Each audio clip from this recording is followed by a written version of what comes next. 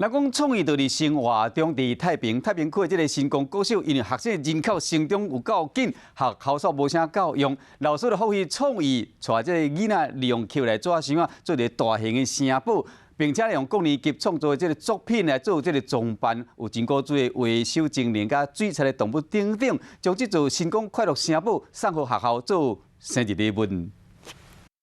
美术老师伫咧台顶向囡仔分享创作理念。这座创意的大城堡是收集全校的老师学生的力量，用外地的纸箱啊，佮加上囡仔的创意来完成的。那我们感谢艺文团队老师发挥创意，帮孩子建构了一个行动展览的空间。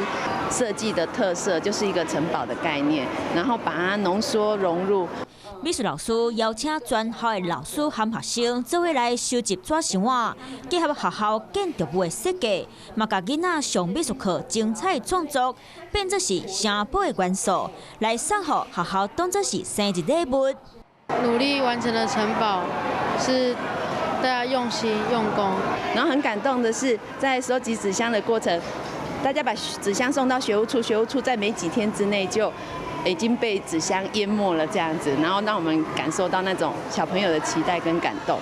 城堡的每一个所在，拢是无共年级学生的创作，亲像活泼的小精灵、彩虹鱼、水彩动物。这工同时佮结合安德烈食物银行的活动，囡仔早馆内食物发挥爱心，互感恩季节充满幸福。